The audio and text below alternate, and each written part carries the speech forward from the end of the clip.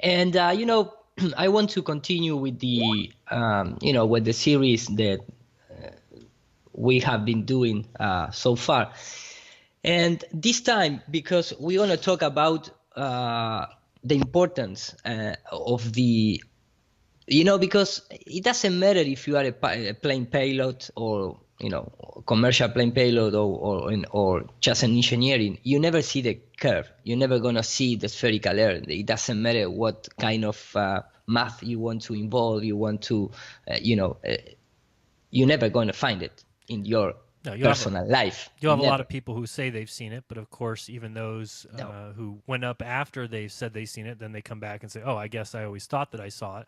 Now you've got pilots like Wolfie 6020 who say they see it, but I've got tons of audio, and one of them is from, can't remember the guy's name, but he's been 74,000 feet or something, and he was asked if he saw the curvature of the Earth, and he said no. No, couldn't see it. No. It's not possible. Right. Even mathematically speaking, you need to go up to 20 kilometers if you want to really see it. But after 20 kilometers, you are not going to find it yet. So you're never going to see the curvature of the Earth and any kind of height you want to rise. I mean, It's impossible because it doesn't exist. Mathematically, they tied up everything. So no, you must go after 50 kilometers up in the atmosphere. So there is no one commercial plane that goes so high. No. Concorde used to have, but in the Concorde only flew people they are rich people, all the same part. They are all of the same part of the agenda. Of course, you have regular passengers, but at that time, nobody questioned anything. So, but unfortunately, the Concorde is no more available to go and check nothing.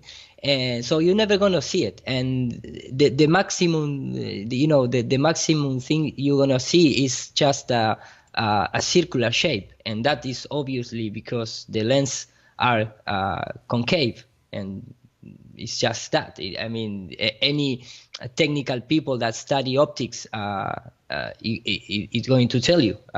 You just are seeing this. It's just even in the Optic Wiki says, the resulting image obviously going to be always circular, but not curved.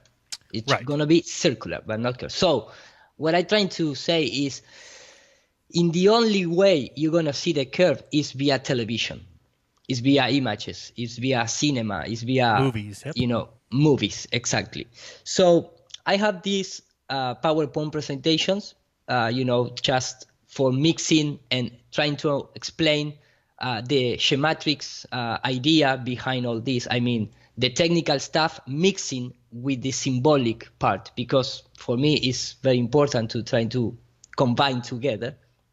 So I have prepared all these slices, but I want to start, just communicate to the people why they invented the television, because we always show the U.S. patent, for manipulation of the nervous system. So I just want to, share. This is for an old clip from. This guy, you're gonna recognize immediately when you listen. So I mean, here is very clear what they do with the television. So I'm gonna start from here and then, continue with the presentation, if you like. Sounds good. Most people still today think that all entertainment to do with movies, drama, is therefore nothing more than their entertainment. It never ever was that case. Throughout history, social engineers have refined techniques designed to control large populations. About 100 years ago, this big organization with many branches wrote about the kind of culture and the changes of culture over a 100-year period that they would actually design, implement, and bring in. H.G. Wells talked about it too. He talked about arenas.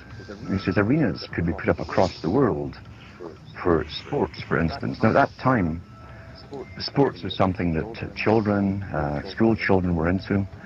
Adults became adults and got onto adult things. But he said we can do this, and voiced basically a sports culture for the males, using a tribal system. We're all tribal to an extent. That's why we even bother to vote for a tribal leader. This is well understood. That's why we're supplied with these leaders. And because the average man was to become more disengaged from his own destiny, as the expert class arose, it was decided that the males would get their outlet, basically, gradually becoming helpless as males through sports. Therefore, they'd have a tribal team they could identify with. The Soviet Union had a department called the culture industry. Their actors and directors were called the cultural leaders, because they would, like a computer, people are like computers. All you have to do is keep giving them new updates every so often, and you can change an entire country or a nation or a block of nations. We're all getting the same upgrades at the same time along certain paths. Today we call it political correctness. So if you start to understand the importance of the media and in this case the television, before was the radio, but now is the era of the images, the 3D images, the 4K images. If you have more detail, you're gonna to hypnotize better the person. They, both Russian and United States are the country with the most important propaganda devices and technology, out there for convince or change the public opinion. So what they did is just translate the concept of the, heroes from the old Greek stories to our present. So they create this kind of characters into the society where a character like an astronaut is a guy who dressed in white like a god, coming from the sky to the earth. They are the most important people, they are the explorer, they are the heroes of the legends of our days. So they imprint that in your brain. So anytime you see an astronaut, you're going to see like a god. So smart, so intelligent. Yeah, and what's so funny is that the Ball Earth believers don't even accept that this is happening. They're totally blind to it. They can't even see that there's an entire universe that's being presented, being handed out for free in movies and film and in documentaries, but with no real footage. It's just data. And again, you've got people like the godless engineer who's going to say, yeah, but why would they put a camera on it? Well, of course, because putting a camera on it would prove it. So exactly. For you, it's a proof. It's a direct proof. Right. So they create not just United States. Of course, Russia make the same thing. They present with an aggressive propaganda drawings like the astronauts are heroes. And in fact, here we can see again the brotherhood between United States and Russia. Right. Which is the real thing. It's not just they are opposite countries. That is for the for the business.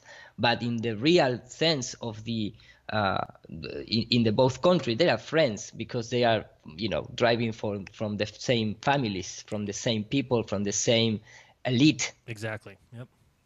So you can hear you can start to see how they work together. In fact, for example, and before entering into the techniques, when this guy talks about the creation of the arenas and use the sports for driving the mentality and create this kind of heroes because if some regular person is going to tell you something, you are not going to believe at the first glance.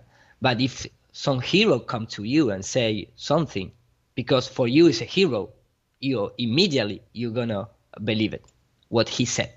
Right. So what they do was transfer the sport, the arena, to the space program.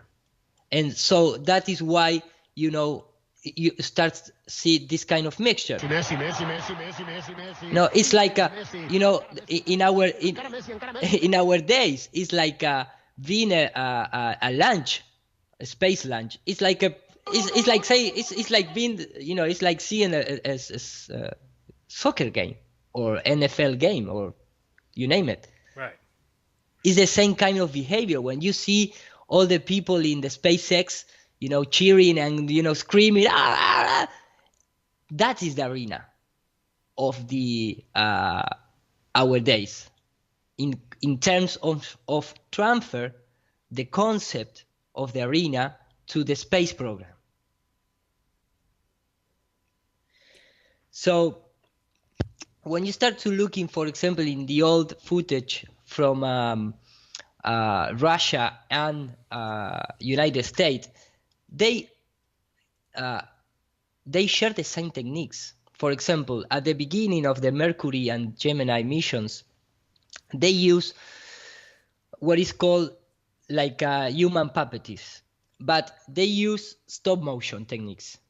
So it's not a coincidence for me that one of the best stop motions creators, it comes from Russia. And in fact, the Hollywood Academy gave to him an Oscar for the movie The Hand, which was made in 1965. And if you compare the stop motion of this movie, the fluid motions, this is all stop motion. It's like a hand, with a white glove, like the Freemasonic hands, fighting with a guy inside a house. When you start looking this kind of techniques, you're gonna immediately detect it into the space program, and I'm going to show that in a minute. But something to have in mind is that the Academy of the Motion Picture Arts and Science, because that it's not just movie academy, it's movie and science academy. Hollywood, the Oscars, is not just for movie, it's movie and promoting science. So the American Film Academy declared The Hand the 5th best animated picture in the history until our days. And it was like it's all the time they some part of the history they keep secret. And after that the movie was released, the guy who make it died in 1969. The guy who make the system, not the system, he doesn't make it, but he used the system, this technique, if you want to see in that way. He died the same year as the man reached the moon set. So when you start compare this Gemini, you can clearly see the stop motion here. Right. In fact, I'm going to make a comparison. In fact, everyone see the, that. Can you look this? Can you see this like a linear movement of the body? Mm-hmm. Like in the straight path, in a straight line. And then he turned the head and he moved the helmet. Something that is a really mistake, because you cannot move the helmet if you move the head inside the suit. And here you can see the Americans and the Russians, and they make exactly the same shots, the same techniques, the same lighting, the same movement. So they share knowledge. They work together. They have the best propaganda systems. Absolutely. So when you make this comparison, again, let me just very quickly, let me see if this, no, it's not, this is not, sorry for my, No problem. unorganized presentation once again. Not at all. But here you can see why the movement is so linear, because they use this kind of equipment that you're going to see in the right side of the screen. And you can see how it's translated and totally, mechanical movement of the person. So why you need to go to the moon? Why you need this kind of simulation devices? it doesn't have to do with the real science. This is movie science. This is not space program science. So when you see this kind of movement, you can clearly see how they use it, how they, make it. And if you come from the visual effects background, you immediately going to recognize all these techniques. It's identical. Immediately. I mean, it's identical. So yeah, you're definitely. It's identical. Yeah, exactly. Yeah, in fact, you can clearly see why this guy, the legs are not moving so much. They are always like in a rest position, because between the legs are equipment that they erase, painting over the movie. I mean, directly over the film. It's how they do all their ISS walks and their space walks and and even back here, because a lot of people might say, but they didn't have CGI back in 1969, but they didn't need it. They don't need it. They have and let me just go look how he, for example, rotate the body, but the legs never move. It's all the time the legs are like stuck in the same position, and that is because they use devices where the legs are stuck. So they never move the legs because for faking the supposedly zero gravity environment, they have a device between the legs. And because they film everything in the black background, you just need to paint a black on the film. Like a Roger Rabbit movie. The Roger Rabbit movie, it was made by Disney, and the artist, because at that time doesn't exist the CGI, nothing like that, they painted over the film, over the strip of the film directly. Right. That was the only way to edit it at the time. Exactly. So I'm going to come a few later to the techniques using for doing that, but I just want to put that in the context. And because I'm starting talking about the importance of the television and how they can manipulate your nervous system, things like that, and the television never was like something for entertainment, it's for indoctrination. Right. You can you have a really great example, because the CIA they have two operations called the 𝙎𝙤𝙘, or I don't know how is the pronunciation of this, and the Mockingbird. Both operations was to implement subliminal message to the public when they sit, on the living room and see the television. Right. And this is the first one. Our national anthem. With the national, when you can clearly see how they change the letters.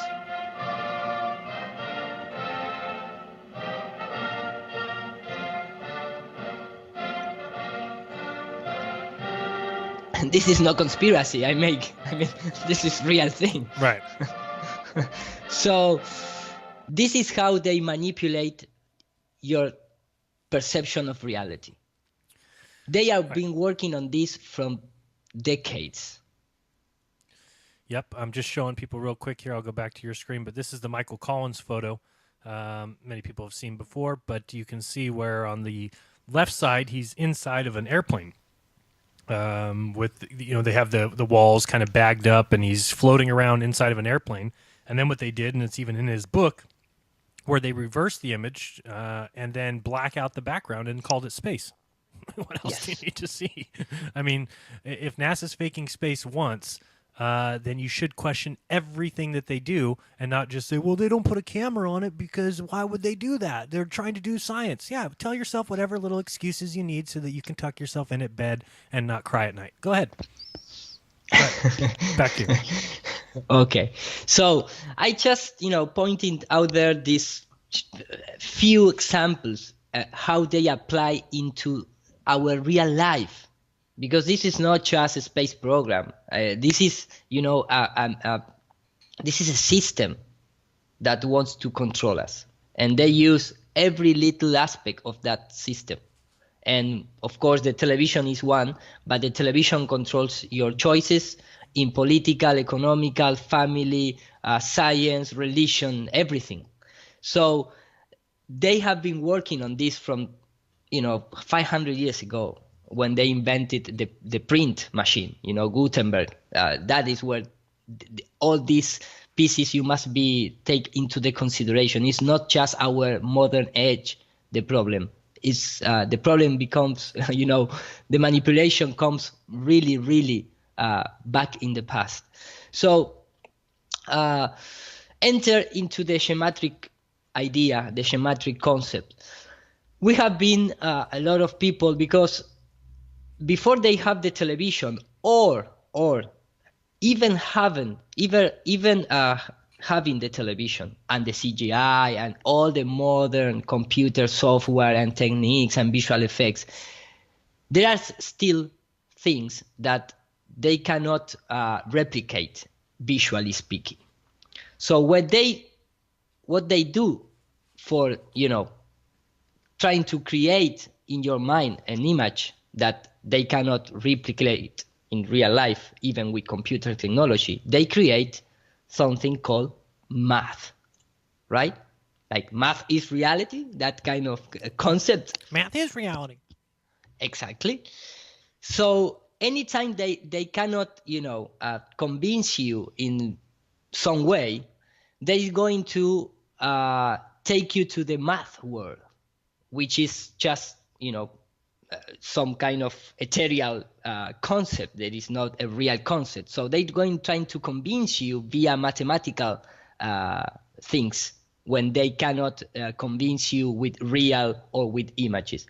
So, for example, if you ask to the and for me this is so comical, because they want to, convince you that we did go to the moon, because if you do the calculations based on the fuel that the Saturn V uses, where they going to go? They say, where they going to go with that kind of fuel?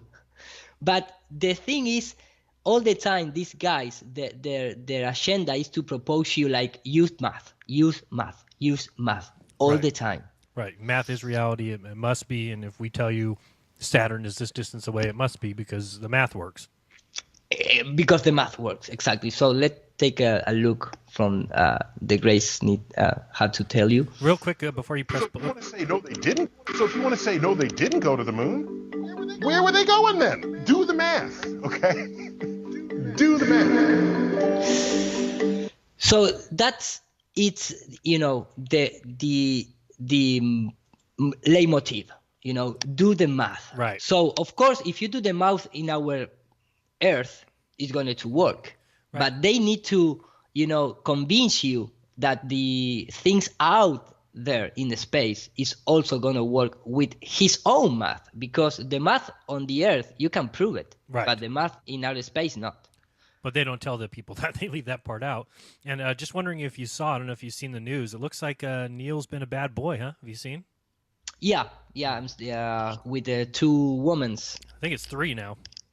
3 now. Okay. Well, they're starting to come out of the woodworks, and it certainly is interesting. We'll see how that goes.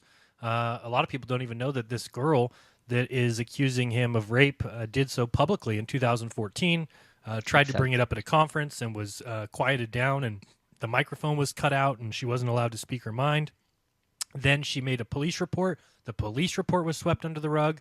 So this is what happens, and it just keeps coming up over and over again. So a lot of people are saying, well, why is this coming out 4 years after she decided? Well, it's because it's taken that long just to get to the mainstream because of how hard she's had to try to get this information out that he drugged her and raped her. So again, all people are innocent until proven guilty. You'd have to listen to the interview yourself to decide. But these are the kind of things that should go in front of a court or go in front of, the peers or whatever, rather than just swept under the rug. It seems certainly credible to me. So yeah, it looks like he's been up to no good. But no, I totally agree with you there when he's talking about, do the math. He says there was enough liquid fuel, there was enough fuel to go to the moon, so they must have gone to the moon. That's his explanation for that we went to the moon, is that there was enough gas in the Saturn V to go to the moon, so then if they didn't go to the moon, where'd they go? What difference does that make? How does that prove anything? Exactly. Doesn't prove anything. If it's I like went... he tried to deviate you, like think in terms of, okay, the Saturn V is just a rocket, it's a missile, so they can point it to the sea.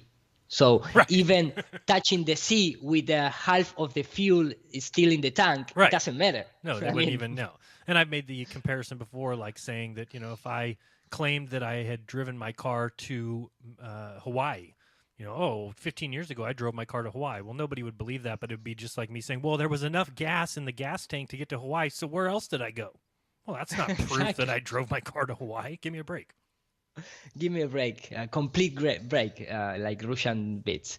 So, they promote this leitmotif of use math. So, for example, if you look in this way, this math is a proof of the black hole, and this math is proof of the far, far away galaxy, and this math proof of virtual reality controlled by whatever by the elite. Yeah. So, yeah, exactly. Oh, I noticed they forgot to carry the 2 there. Oops. That's wrong. All right, go ahead. Okay, the importance of the math, which is math is not physics. Right. You can apply math on physics, but it's not physics because you are not leading with real objects. Right. In most of the cases, okay, just leave it clear that. But the math is the equivalent of computer rendering system of our days. Correct. So when you start to see, for example, these concepts, these graphical concepts, these are, mathematical codes. Right. Creating images and trying to convince you that this was the Copernican system, but now this is the Hubble expanse. Well, Hubble, no, the 𝙎𝙤𝙪 Big Bang Theory, expanse of Expanding the universe. Space, yeah. So the guy at that time, 𝙎𝙤𝙪, when he wants to convince the people that we live in the expanse universe, he didn't present this because at that time the computer graphics are not available. So what he did was presented this. Just a few formulas and say, okay, if we assume all this is real, here you have the proof of expand universe. Right. And nobody's claiming they can't do simulations and do these mathematical things now. It's easy now. It would take a second. We all have the power at our computers to run Universe Sandbox or Solarium. Exactly. That is why when you are inside of the control room, for example, with the launch of the Martian Insight probe, you just playing a game. The guys are reading numbers like you can read it from what, you can pick whatever game you want. Yep. And you can read the same thing. Right. It's just like a game, simulation game. Where are you reading? You are not seeing nothing from real. In fact, it's like Kyrie Irving says once in his podcast, the equipment that NASA sends never come back to have a real proof. Nope. Never. They send it out and then it either crashes on the moon or just goes to die on Mars. But of course, it would never come back. They just want to tell you that it's there, and here's the numbers that prove it. But again, and this is what I tried to, if you haven't seen my Mars video, please watch it. I think it's important to get the point across to people of how easy this deception is when you're talking about all of the universe that we have been told about and taught about can exist in one simple computer. And that can be in charge of giving up all the data points, and we can send satellites into that computer. People get very confused. They don't understand what I'm saying. What I mean is, if everything's mathematical, then you just plug in whatever craft you're sending into the simulation. And then it's in the simulation producing numbers. It may be that there's only maybe a 3-mile radius where this craft might land on Mars. Well, it's not really a 3-mile radius that it might land on Mars. It's a 3-mile radius in the computer simulation that it might land on the simulated planet that is Mars. People just fail to realize how easy this deception is because all that's needed for proof is video footage. They don't have any.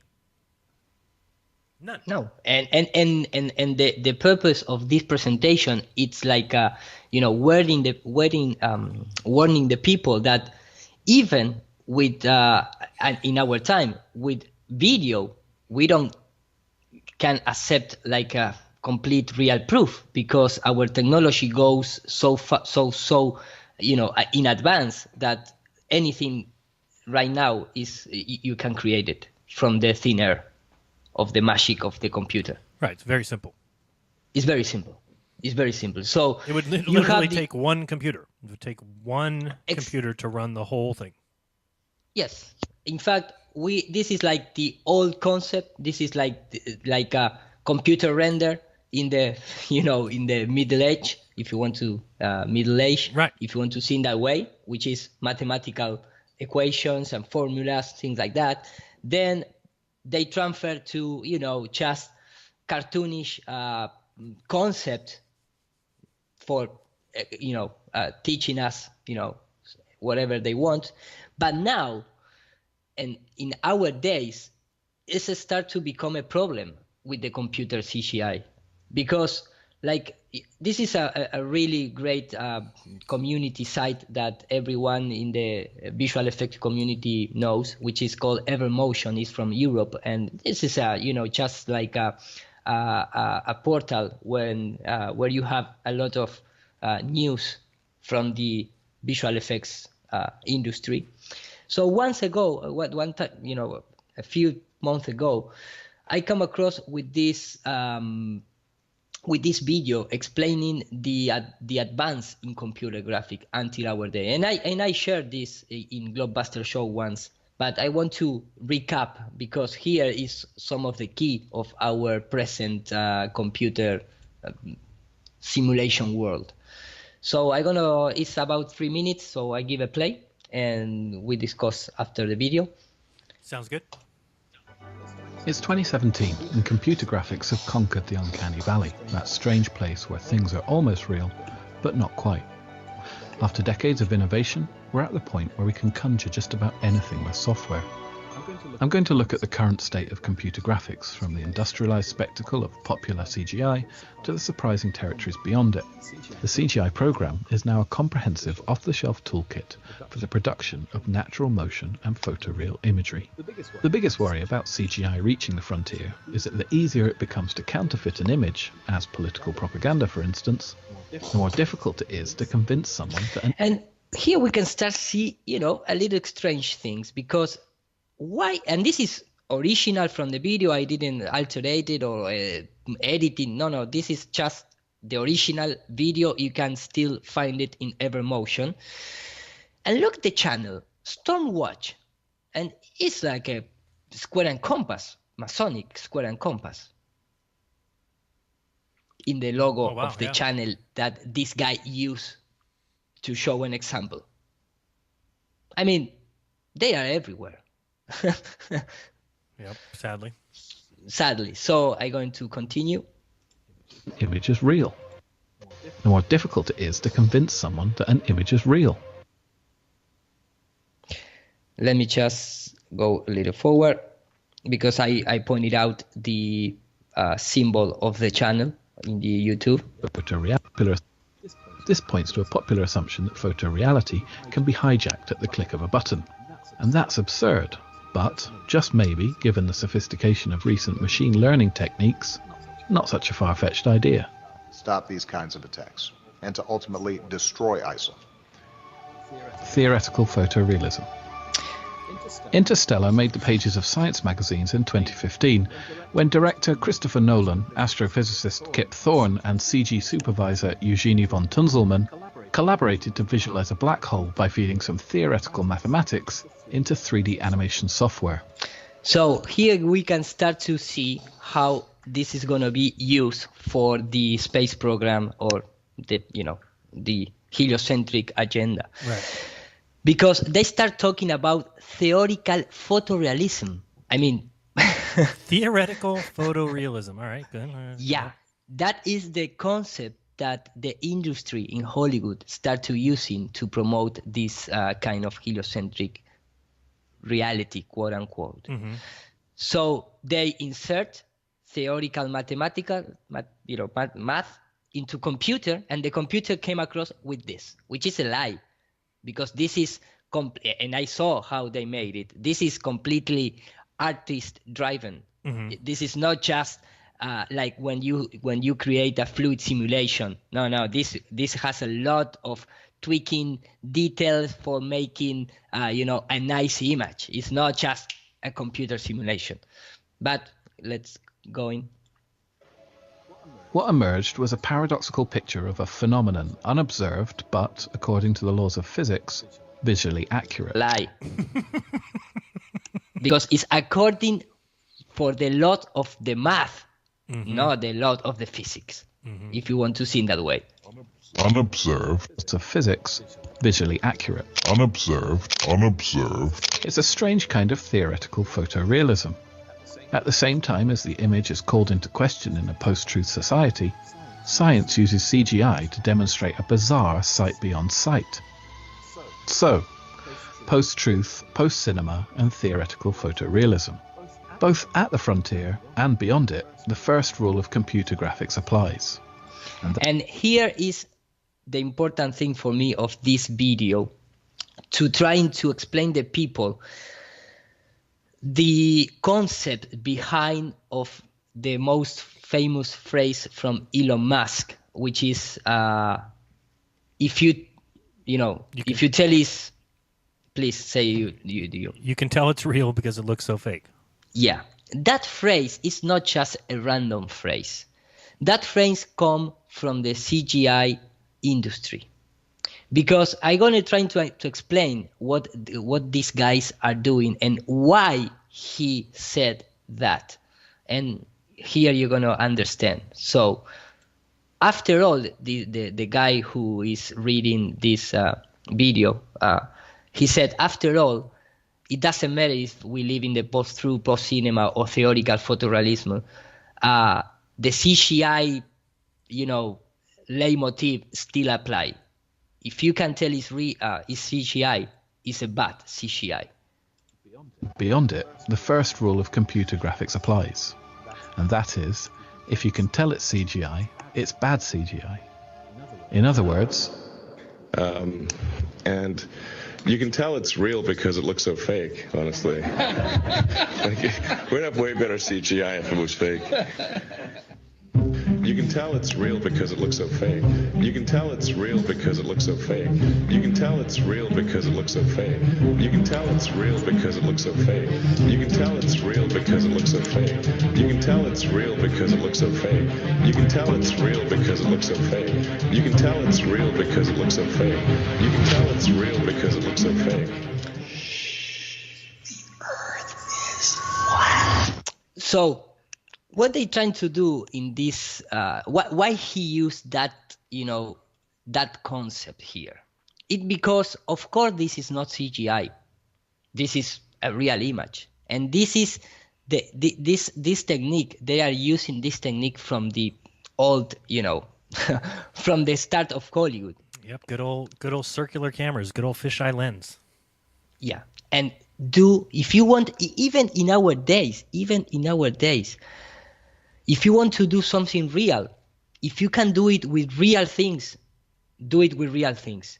Use CGI when it's impossible to replicate in real life. But, for example, when you see movies like Jurassic Park, even for the first plane shot, they use real heads from dinosaurs. Real head in terms of they creating with wax and polyester and things like that. Right. But they still use real objects, because even Star Wars movie, they still use miniatures and film miniatures, because replicating the behavior of the light in the real world, even with our computer, is difficult. It's hard, yeah. And it took a lot of time for calculation, and when you are creating movie in 8K and stereoscopic movie, render times becomes money loose, So if you can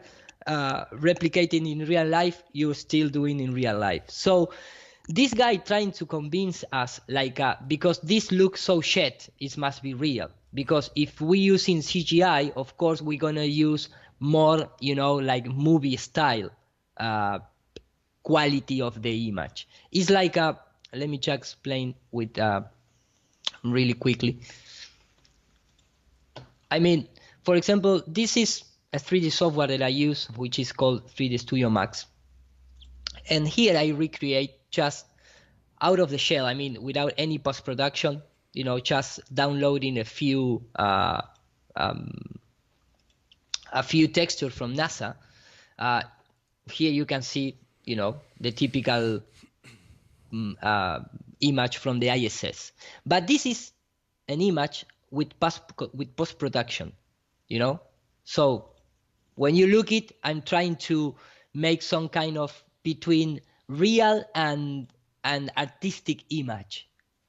So anytime that you create something with image enhancement, you're going to need to enter into the code of movies.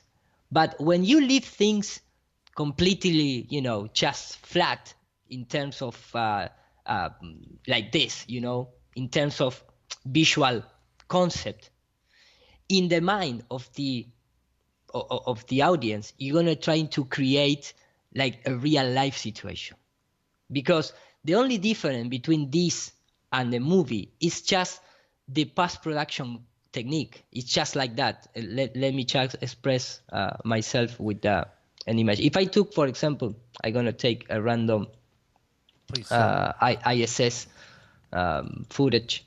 Let me just go to the ISS. So here, if I'm not mistaken, the graphic of the Earth that you just showed, who made that? Me. Yeah. So I don't know if people understand that. People might think that you took somebody else's image of the Earth or video of the Earth. No, that was made by 𝙅𝙚. Yeah, and very quickly. I just downloaded the maps from NASA, who is going to provide you the maps from the outer space. And then what do? You just wrap it on a sphere.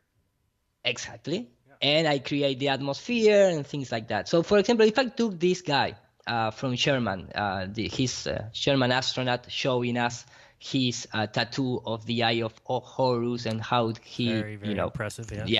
Yeah, very impressive. So if you look like in this way, it's just, real life image. So if I just apply like an adjustment layer and I just very quickly, let me the presets loaded, and I'm start to apply, color correction things, you're going to start to look that and you're going to see, but this is not a real image. This is from a movie. Just because the color is just from the color. So what they trying to do anytime they show, videos, really shitty videos, is trying to enter into the code of real life, like the movie Blair Witch. Did you see Blair Witch? Yep, Blair Witch Project. Yeah, Blair Witch Project is a movie. Of course, it's a movie. Right. But because they use, naked images, just simply out of the camera, right, it takes that feeling of reality. Correct. But it's not reality.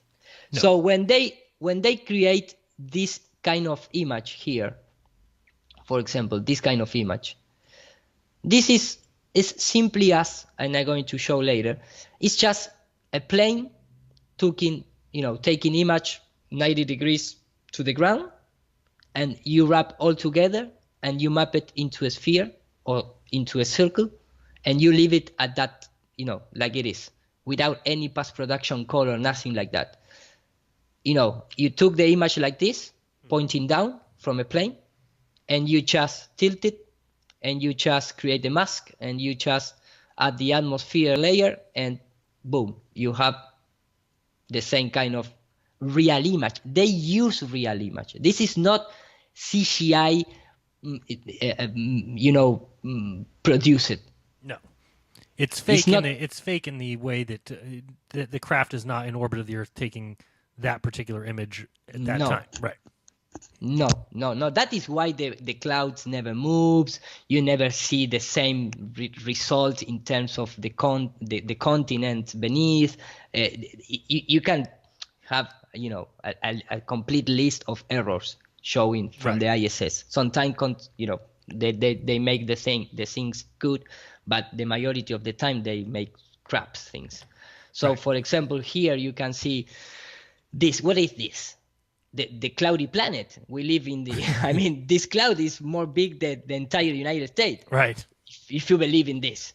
And all the time you can clearly see different situation all the time. Look at this quality, then you jump here and look this quality. I mean, all the time they need to break the image after 45, 55 minutes. I don't remember how long they use the live feed, and they cut off and they come back again. So you never, you lose the track. You lose the track. Usually 45 minutes is the maximum time that they'll play any live stream.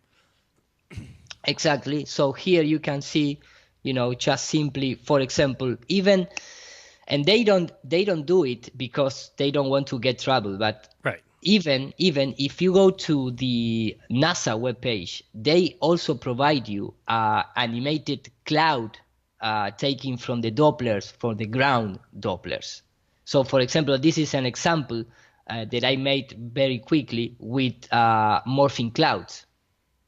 And I repeat, this is just, you know, I make this for the presentation. Right. So when they trying to convince us and that, do you have a $56 million a day budget? 57, because I signed a new contract with NASA. Good for you, good for you. Yeah, so remember that NASA gets $56 million a day to produce this stuff for you. 𝙎𝙚 does it in just a few minutes for free. Go ahead.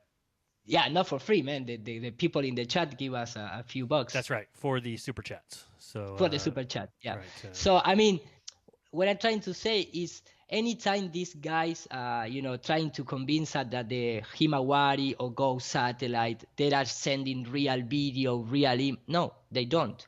In fact, that is why they took like 10 minutes before processing one image, because this is just a ground-based weather system collected. Mm-hmm.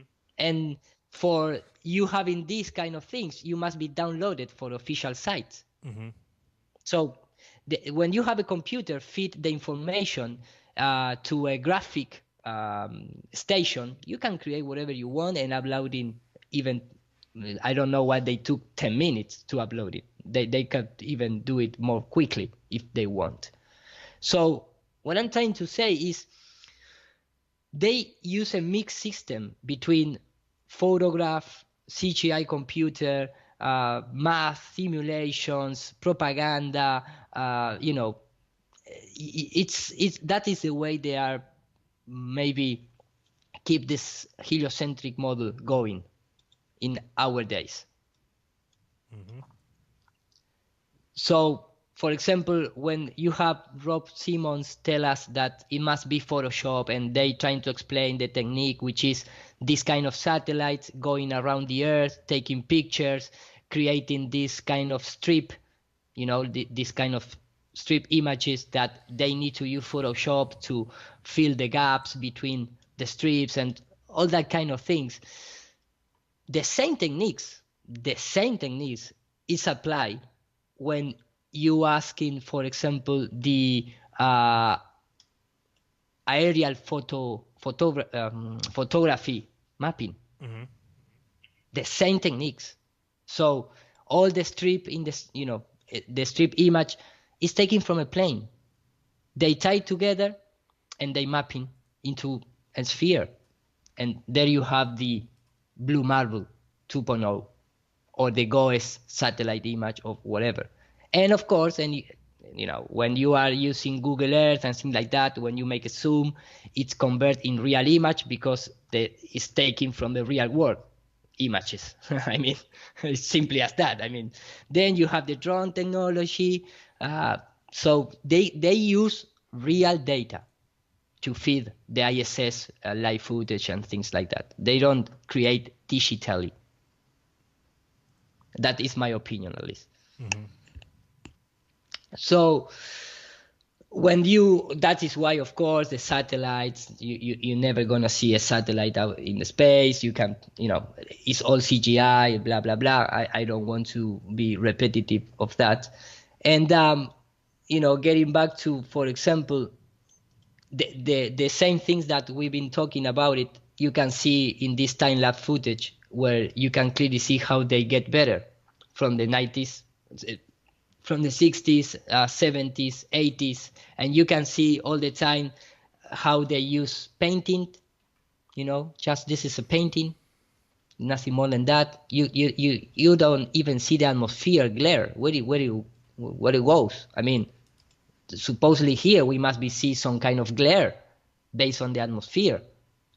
We don't see anything until the 2010. It's like this is completely flat painting. You don't even see the depth between the cloud and the ground. You can clearly see there is no parallax. It's just like a rotating sphere. Then in the 90s, start become the digital compositing.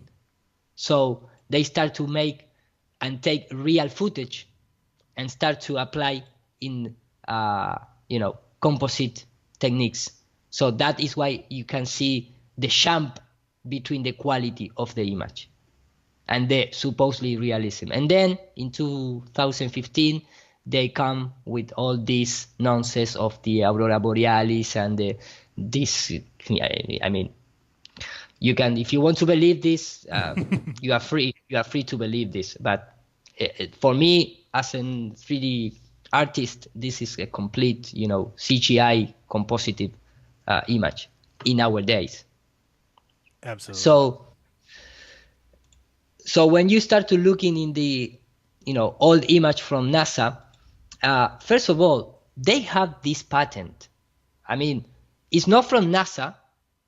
The guy who patented this in the early in the 80s, 1895, 96. This was the patent, which was a device to produce illusionary effects. Mm-hmm. Device for producing illusionary effects, and the patent is registered with this device. I mean, it's a base with a spherical earth rotating, so you can paint it and make whatever you want. And this is a real patent. So when you start looking into the models of the earth from the Gemini, Mercury, here you have the NASA engineering painting that, mm-hmm. or supervising this spherical object representing the earth without the cloud yet. But this is from the NASA headquarters. So if you have a black background and you have the sphere, you have this earth. Right. Simply as that. And that is why you're never going to see a morphing cloud in the moon landings footage. So this I showed this before. Of course, they do the same thing with planets. They have a lot of spherical object to paint. Simply as that, So when you enter in comparison from the Apollo landers and it's totally crap. I mean, it's so easy to detect that this is our miniatures. It's not more than that, And when, for example, if you go a little back, you're gonna see the guy who in Hollywood is the guy who the people know him because he's the guy who created the moon. That is the name of Roger Hayward, mm-hmm. which was a Freemasonic guy. He created even the transparent projection screen that Stanley Kubrick uses for create the front projection technique. Mm-hmm. He created the high vacuum chamber. He write books about the architecture of the molecules. He was like a initiated guy in terms of the occultist knowledge, and he also was an artist and worked for Disney and Hollywood, and he creates all the miniatures for the supposedly simulation training that NASA used. So when you start to see this kind of stages, for sometimes, for example, you see this kind of system, the people start looking this, and maybe they don't understand so good how this works. You know, you see the rails here, the screen, the sphere model, another screen behind it, and supposedly on top of this is like a machine, you know, like a tiny train with a camera passing by. And so if you want to give an idea how this works from the 60s, they still using in our days to do the same things. And you can clearly see here, for example, in behind the scenes from this new movie about Neil Armstrong called The First Man, like the Adam and Eva concept, the first man. Mm-hmm. So here you can see how it works. Ready to copy. It's just on a screen projecting an image, was previously filmed, and you are stay, you know, if you have a static object in front, you produce the feeling of movement because the image is moving. You know what I mean? Yep. So when you see this, like, you know, maybe you think, oh, this is modern, it's modern age. No, this comes from this. This screen here is the same thing. When you see this here, when you see this situation here, is the same thing that I show you in the behind the scenes of The First Man. Is a still miniature object with a screen background projecting an image. Simply as that. And in fact, that is why they use when you go back in time and start looking into who participates, the CBS was of one of the most important partners in the fakery of the moon landings. And that is why they create all these stages, these miniatures, with a roller system, which is going to keep, you know, you have the camera still, but you produce the movement via this kind of devices. So then you transfer to the screen and you have a miniature Apollo 11 lander, you know, so you have the complete idea. Yeah, no, totally. I'm going to show something real quick, just to pop over here. Stay right there. Don't go anywhere. But just showing here, let me get back here. Oops, I kind of got ahead of myself. But this company here called Wonderworks, this image here, a lot of people would see this. Oh, this is a space station. So I know it's done with miniatures. This is the company that will do it for you. This right here, a lot of people would look at this and say, wow, that's definitely the real shuttle. No, sorry, that's a miniature version. You can see it's copyrighted by Wonderworks here. The group that does it, you can go to Kubrick and look up all his miniatures. Everything that Kubrick did was miniatures. Here you see the set with the backdrop. You can just go through all these images and see, here you go, another miniature filmed with a black background, which you know, people think is space, and they thought it was for a long time. Still think it's space, you know. But then you can get into even more. See here, this is the prop gallery. And some of these images look identical to what, if you can't see it well, it's because there's a copyright little image over it. But you can see all these things. This is the site called the Prop Gallery, where you can find all these little space little miniatures that they used with a black backdrop. It's very easy then to put them on cables and move them exactly as space may dictate. Here's another image, a little bit grainier, hard to see. But you can check all that out at the Prop Gallery. Then you can look up Kubrick's miniatures. I think I searched, Kubrick miniatures would be good, or 2001 miniatures. Again, this is a miniature. This is a miniature. You can see all their little miniature simulations. You can go to here. This is all, cockpit rental for the. This is all just fake. It's all fake. This is fake inside of the shuttle, completely fake. But people would say that's real simply if NASA shows it. You put a NASA symbol here, or a NASA logo, and everybody will go to bat and tell you it's real when it's not. It's fake. Go to this site here. It's wonderworksweb.com, and you can see all the simulations. You can see the little mini space shuttle that they used. You can see here the Orion craft is inside their little model facility. What else we got? Inside the ISS. Completely fake, even with floating astronauts. They'll tell you right here. ISS interior crew floating from a BBC series. Yeah, so none of these people are actually on the ISS. This is being done fake. So there's so many examples of it that people just either refuse to see it. I mean, people like the Godless Engineer, this is to him a complete smashing of everything that he believes in. So, of course, all he's going to do is make fun of me, throw ad hom attacks at me, or make jokes of the fact that his entire worldview is based off of simulations and miniatures and models. Go ahead, Hiro. Exactly. And you come back to my screen? Yep, you're back.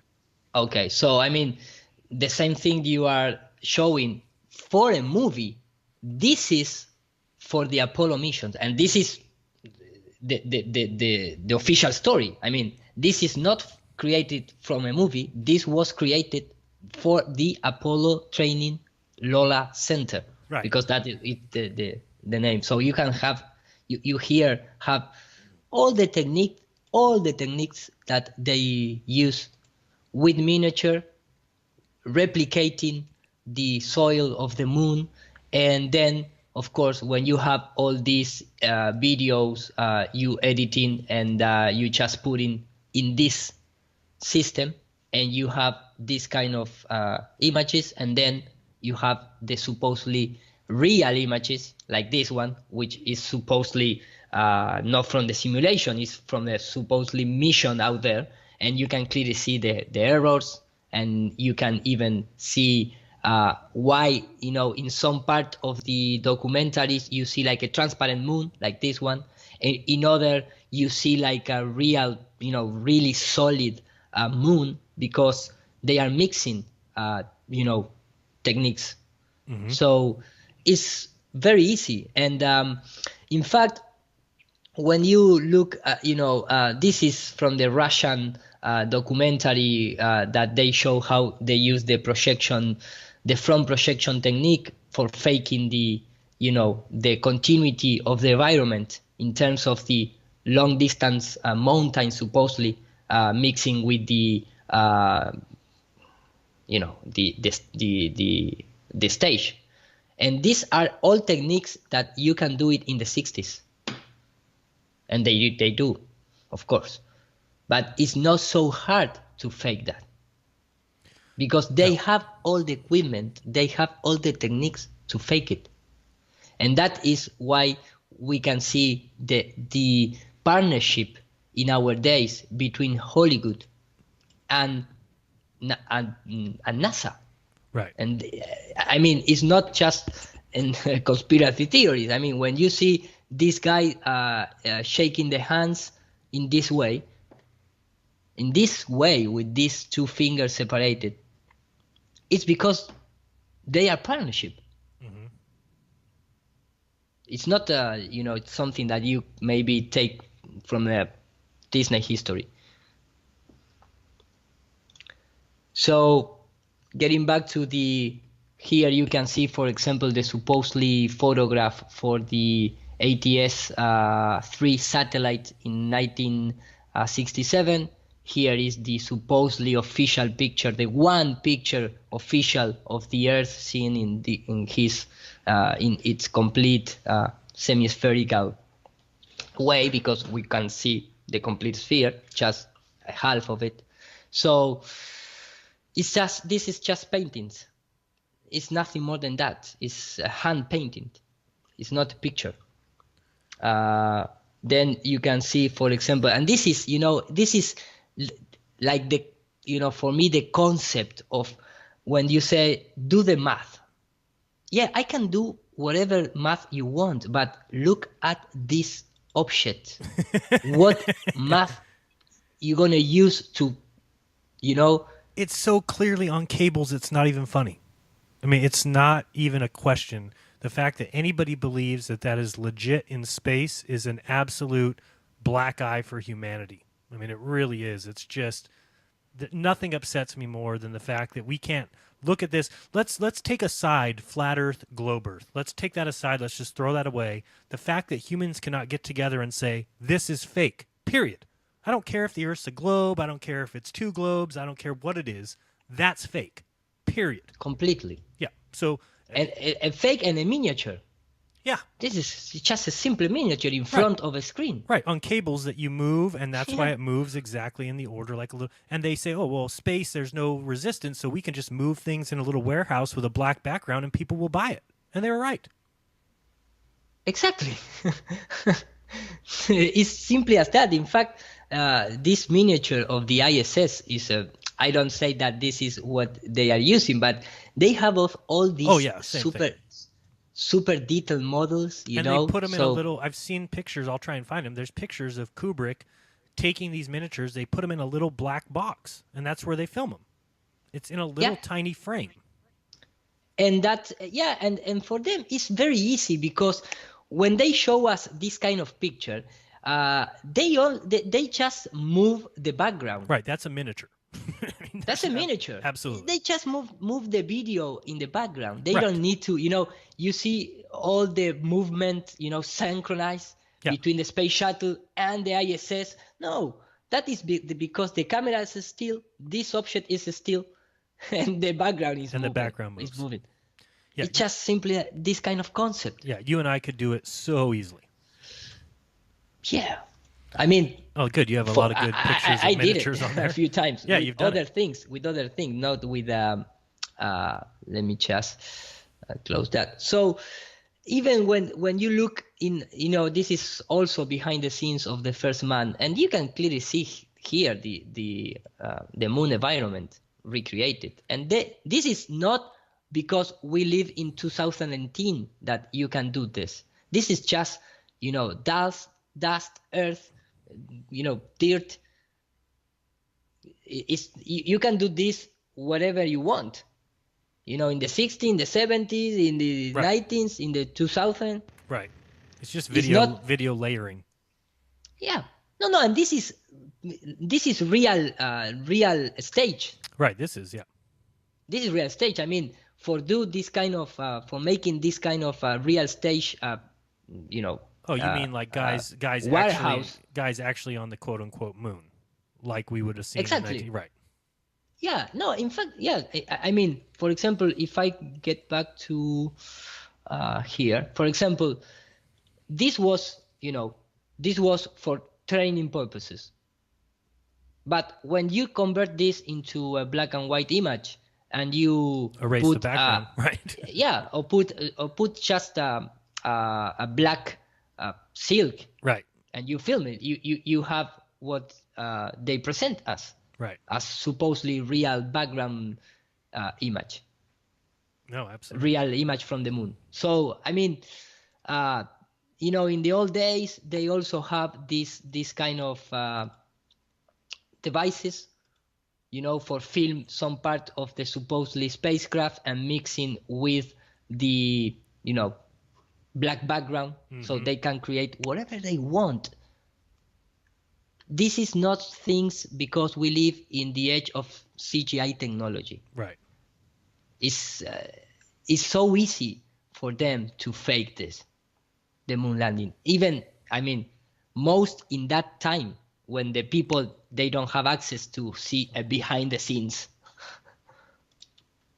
In our days, if you're trying to recreate the same thing, the people is going to laugh you in the face directly. Right.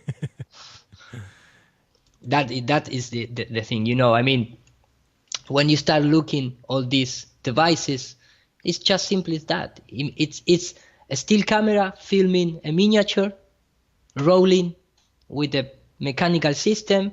You prepare all the footage and then you project into the screen, and there you have the difference between this kind of transparent moon, then you have like a solid rock moon. And even in the same documentary, look at this is just like a transparent moon seen from the window. Then you have real rocky image, and I mean, then this is on stage inside a warehouse. Simple as that. It doesn't have any special. That is why you saw so solid, material. So it's, here you can clearly see the projection, because is different. You know, this is transparent. This is light.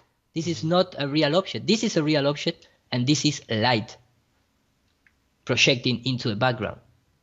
So it's so easy to determine this is just a mix of matte painting and real objects. And in fact, for the people out there that doesn't believe in the supposedly manual composite of the image, from 1927, from 1927 was created the matte painting techniques. Right. So it's not something in our days to mix real footage with hand painted images. Nope. And yeah, I'm going to show real quick. Keep it right there so we can come back to you. But if I can find my browser. These are just some images. I don't know if you've ever seen this image, Iro. This is from the interior view of the branch of astrogeology's well-equipped machine shop, West Street, as it appeared in 1968, USGS photo of 1968. They had an entire machine shop to build these little miniatures. Whatever they needed to build, they could build. And just these are just some quick images. This is an LEM docking simulation. Here you see it suspended by cables. Just some other images I threw together real quick. This one here, if you think that's the curvature of the Earth, more power to you. Look at this one. These are clearly just wrapped images. And then I still don't know if people have seen these images of Stanley Kubrick with George Miller of the NASA in the mid-'60s. This is Arthur C. Clarke talking to Kubrick in England. I mean, what are these guys even having conversations about? This is Duke. What's his name? I mean, Deke Slayton. I think they called him Duke. This is another guy from NASA back here. These guys were all involved. This is from Space Odyssey. You can see all these cables and things that they would hang from the ceiling, but you didn't see any of that in the movies, of course, because it was just edited out. But go ahead, Iro, back to you. No, really nice. I didn't know it. Those images, the Stanley Kubrick with the guys of NASA and the CIA. I have that picture, but the other ones not. And in fact, you know, talking about wires, when you come here and see, for example, in this modern movie, this system, the system here, this, you know, two-wire system, that even in this behind-the-scenes camera, without any post-production or things like that, sometimes the cable, you know, just for themselves erase it because it's mixing with the background. Right. When you see this kind of technique, and you then see this real image from the moon landings, you know, with a compression in the image, because this is, I mean, they have the advantage of, at that time, of doesn't have any 2K, 4K, 1K quality. Right. So they have just, you know, the regular image from the TV. So any kind of tiny detail automatically is going to be blurred. Blurred, right. So that is at his size. But here you can see, you know, guys working in NASA saying, watch out, cables. Cable. Watch the cable. Cable number 1. So they are supervising this. Basically, they'll break the whole world before they'll break the cable this time. There you go. Watch that cable. And then, you know, it's simply for the people out there, like you said before, it doesn't matter if it's spherical or it's flat. But in what way are you going to talk about this behavior of the astronaut, for example? Look at that. Who is pulling the guy? I mean, he never thinks in you know, that kind of turn. No. You can lose your life if you go to the floor and break your helmet. Yeah, but these guys are bouncing all over the ground like it's no big deal. But yeah, but why he's pulling back like that? Yeah. I mean, you cannot deny these things. No, it clearly looks to me like they're on a balloon. That, you know, look at the legs, man. I mean, what is that? I mean, why are you gonna do that in the moon? Yeah. And again, everything is like this. I know you have some of this sped up, but when you watch it back, it's very lumbering, as if they are in slow motion, which doesn't make any sense on the moon. There's 1/6 the gravity and no atmosphere to stop you. Everything should be faster. Exactly. Right. No, and in fact, it doesn't matter.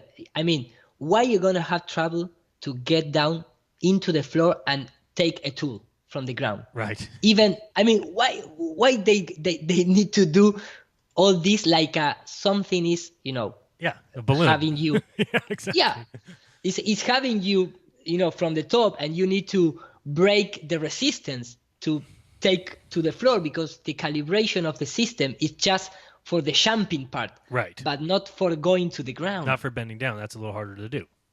That is a little hard to do. So, I mean, you cannot you cannot deny that this is completely making here on Earth. Yeah. I mean, if you are honest with yourself, you cannot deny this. Nope. It does, beside the flat Earth or globe Earth situation. Yeah, but besides that, the fact that admitting that it's been faked often, rains on the whole parade of a globe Earth believer.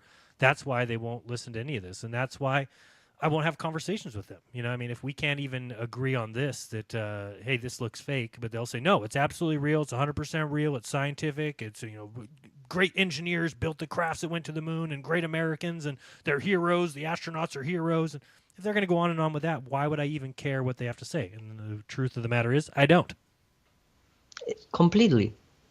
I mean, if you see this, forget about the problem is that if you admit that the moon landing was fake, you don't have any proof of human being outside in the space. No. In any other rocky planet or rocky, nope. Celestial bodies. No, you have no proof that we can even live on a sphere. I mean, exactly. People miss the fact that, of course, they taught us all that we went to the moon, because then people look up at the moon and they picture, oh, I guess those guys went and landed on there, and therefore wherever they landed, they were upright because we saw the video footage. Therefore, you can live on the sides and underneath of spheres, and it all works. Well, that's just propaganda. Completely.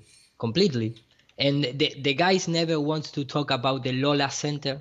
They never want to talk about the self-locomotion system. Of course not. They never want to admit that it's impossible to have the same behavior here with equipment on Earth. Yeah. Hero, do you ever think about, it's a crazy thought, but do you ever think about the amount of stuff that we've found? Can you imagine the stuff that they've been able to get rid of?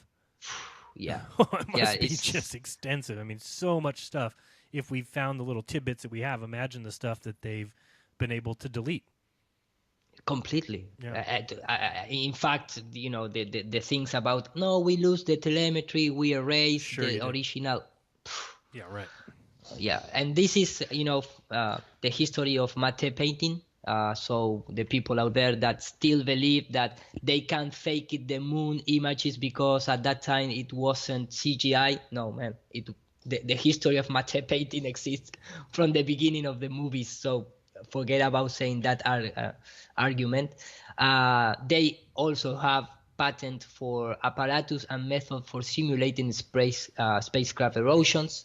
So they have all they need to fake whatever they want. In fact, these kind of capsules are miniatures. Yeah. The photograph of the Skylab are real photograph. That is why it's better than our modern CGI satellite. Right. Because they are really objects, Right, they're just miniatures on a background, and then you can just add in whatever you want. There you go. Great image right there. Exactly. And this is the technique using in our days and in the old days. Right. It's a screen, it's an object. Now we have this kind of, that I showed this when we talk about the Tesla roadster in the space. This is our 6 degree freedom platform that you can apply computer coordinates, so you can recreate and simulate indirect whatever movement you need. And it would be mathematically perfect. This is what people don't understand. Exactly. It's mathematically correct. All of the space travel, everything going to Mars, landing on Mars, it's mathematically correct. It doesn't mean it's true. People have totally, science has been hijacked. We say all the time that perspective has been hijacked and called curvature. Well, they've also completely hijacked what people see as real because they believe if it's mathematically correct, then it must be real. When we're showing you exactly why it doesn't have to be. It's mathematically correct, but it's not actually taking place in space. There's no craft on Mars. It can be done in a computer, but 95% of the world eat it up. Nom, nom, nom, nom, nom, nom. Give me some more fake space. Nom, nom, nom, nom, nom. Exactly. And here is the techniques. You know, this is not just a modern techniques. These techniques exist from the 50s and 60s. Right. It's simply as that. Oh, of look course, I saw an RCS thruster. It must be real. Yeah. RCS thruster. Yeah, it's real. It's real. You can, you know, I mean, in space, you can use gases to propose, you know, to. Right. Yep. It just it pushes off of pushes off, exactly. Inside of the craft. And, yeah, man, in the vacuum of space. Right. And, you know, when you see these kind of techniques, and then you just simply see this, let me just very quickly see, for example, these images here. Let me copy and paste it. So here you have the same thing. You have a car with a still camera, and the background is just a computer. No computer, it's just a video projecting. In fact, I showed this, I believe, in our first video, but for example, for $500, you can take and download it, this spherical Earth with this kind of texture, which it without any, you know, look style on top. So for your eyes, this is a real image because look, it is so clear without any post-production technique. So when you put this, you know, beside this, it's just that. I mean, the only difference is the setup of the camera color. It's simply as that. But it's the same thing. It's so easy to do. Yeah, it's so easy. Keep going. I was going to show a video, but I can't find it. Oh, here it is. Actually, I'll show this real quick. Okay. This I've shown before, but I actually showed it in my presentation. Oops, I need to show people that. 1 second. Okay, here we go. So this is a balloon launch called San Francisco Above the Clouds that you can check out. But one thing people need to see here at the end is they use the spherical camera, which is not this one, but this one. And you'll see that when the balloon pops and starts coming down here, it's going to happen in a second, I believe. Yep. And these are, of course, the linear images, not the spherical ones that they try and tell you are the shape of the Earth. Here we go, another round one. And when this pops and starts falling, oops, it already did start falling. Let me go back here. So maybe it's here. When it pops and starts falling, hello. This thing move along here. You're going to see that you can pause it and get that same picture of the Earth. Yes. You know, and that's all they do. They have a rounded camera, so you've got the linear view, then you've got this view. As soon as it pops, we're going to see here, 1 second. Yep, so the balloon's about to pop. And then you'll see, you can already see the black circle from the other view, but we're going to look at the view showing downwards here in a second, and you're going to see exactly where they get these curved pictures of the Earth from. And here it comes. So you'll see here, you can see the curved black. Now we just need to switch cameras to the one that's pointed down and not up.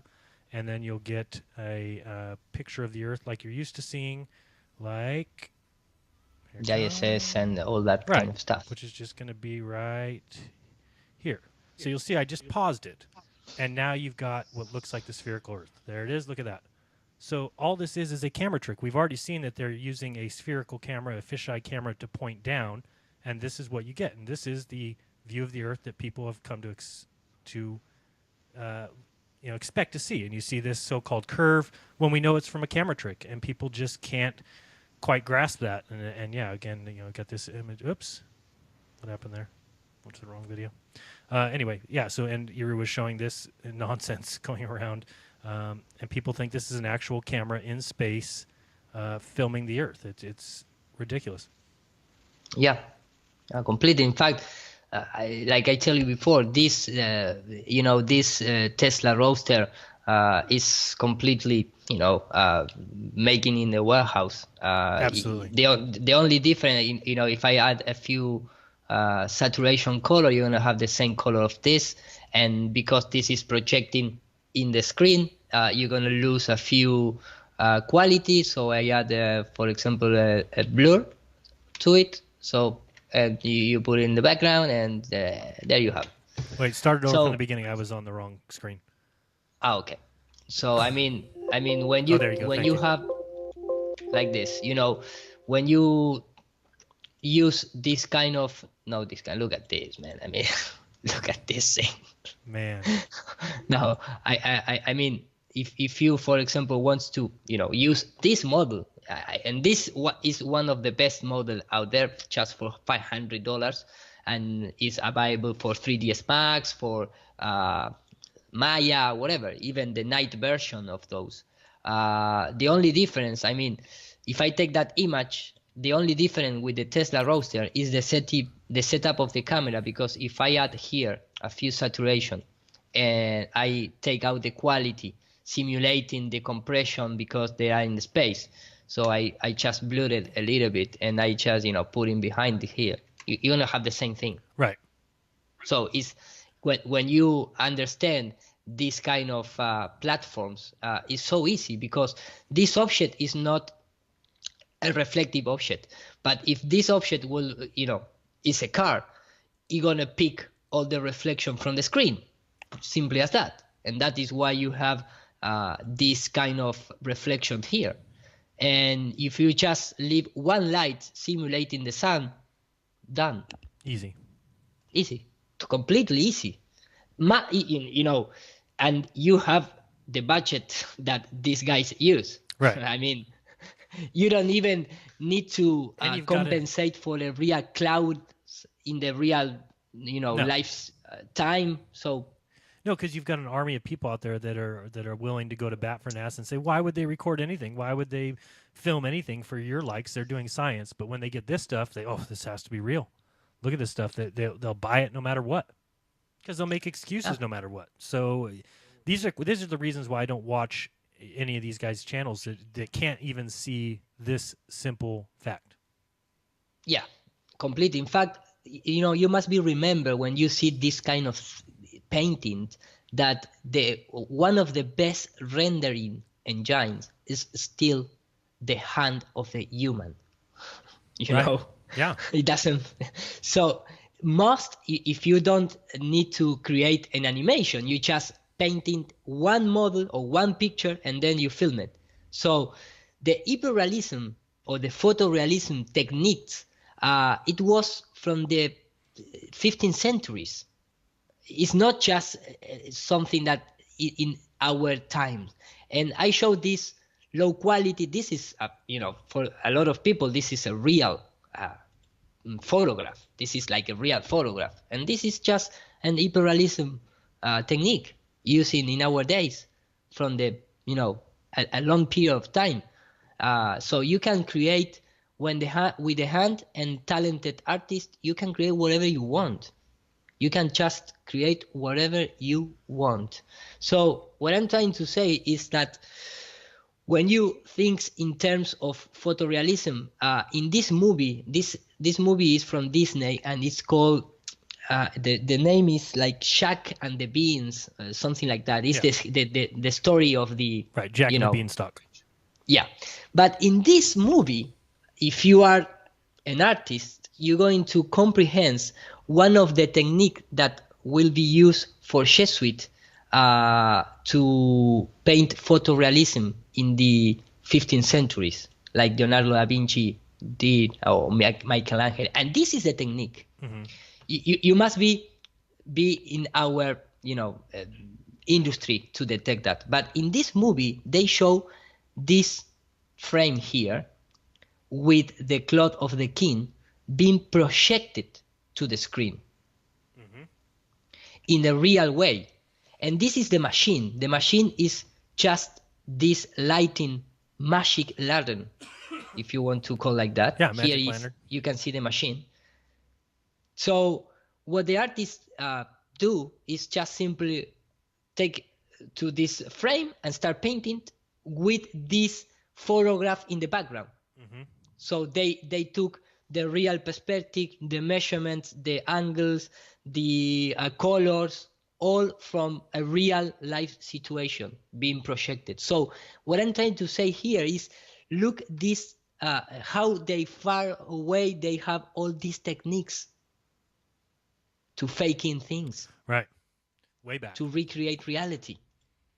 And in fact, here you can see, for example, when the monster put the head in front of the machine, is going to reflect the head on the screen. Right.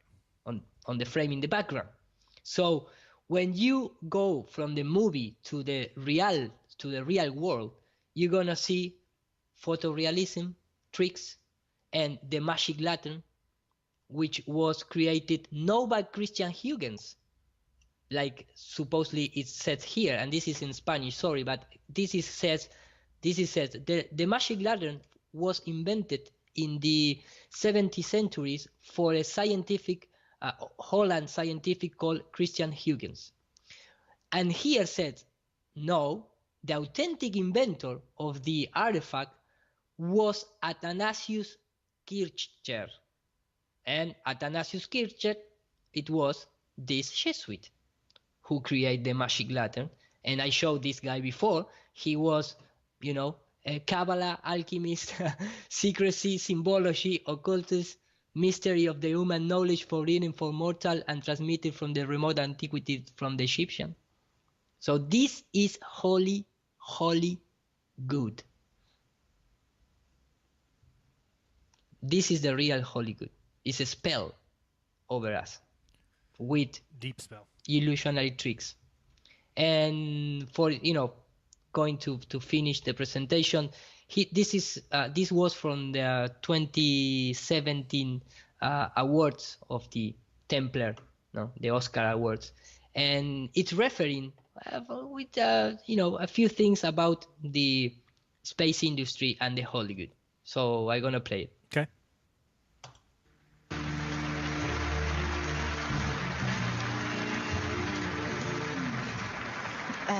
On February 11th, we were honored to host the Academy's SciTech Awards. I'm sure that a lot of you are thinking, what are the SciTech Awards? Please explain it to me in great detail and take your time. Well, we're still not exactly sure what they are, but from what we understand, we gave awards to film scientists and film technologists. They are the geniuses that invent the new technologies which make your dreams come to life. So, yeah, I mean... They don't make my dreams come to life, but anyway. But anyway, right? So, this is the, because I believe the important part here, it wasn't play, which speak about, because I was looking the chat, but in the video, it says like when we go to space, but we are not really in space. Right, of course. Is said that part? Nope, not yet. Okay, no, because this is my bad, because I believe that I render just this part, but let me just open. I have it here in the other monitor, really quick. Sorry for that, no because problem. I was doing this 5 minutes before the show, so that is why But here I have here. Let me just check it. If here, yeah, here is. I find it very quickly. Okay. So let me just play it. Well, when you watch Star Trek, it looks like they're in space, but in actuality, they did not shoot the movie in space. That's film scientists at work. Yeah, I was in Star Trek, and when we made it, we were just in a studio in front of a green wall, but when I saw it, I was like, wait a second, did we go to space? I had to remind myself that we did not go to space. That is the magic of film scientists. You look like you're in a studio, maybe in Omaha, Nebraska or something. The shot is so clear. Is this a hoax? Are you really in space still? No, they are in Hollywood basement. Look at her hair, though. Her hair proves that they're in space. Look at the hair. But that is the magic of the movies. Oh, it's so nice. And they telling you in your face. Well, that's why people need to learn to shed the belief in space and then go and look at everything that you're presented. You need to get rid of your love for space, your love for Star Trek and Star Wars and space travel and planets and 867,000-mile wide suns and 93-million-mile distant suns, and all stars that we see at night are suns that are just at minimum 25 trillion miles away. You need to shed all that, and then you can actually assess what we're trying to tell you from an unbiased position. Now, granted, that's an impossible task for almost everyone, because they're so married to this idea of space. It was presented to us at such a young age. It's hard for us to get rid of it. But when you do get rid of it, Ďʻru will be the first to tell you, I'll be the second, that life is so much more freeing to all of a sudden recognize that you're being deceived. And if we weren't being deceived, then there would be videos of these landings on Mars. There would be videos of all this activity in the Explorer satellite some 13 billion miles away. And then when you realize there's not video footage, then you know there's a reason. And the reason isn't because, well, why would they film for you? They're actually doing science. Completely. In fact, in the Blue Bean document, it talks about creating the Space Odyssey, the Star Trek, the Star Wars, and the Russians have also their own series of space heroes. So it's out there. You just need to connect the points, and immediately you're going to understand what's going on. In fact, something that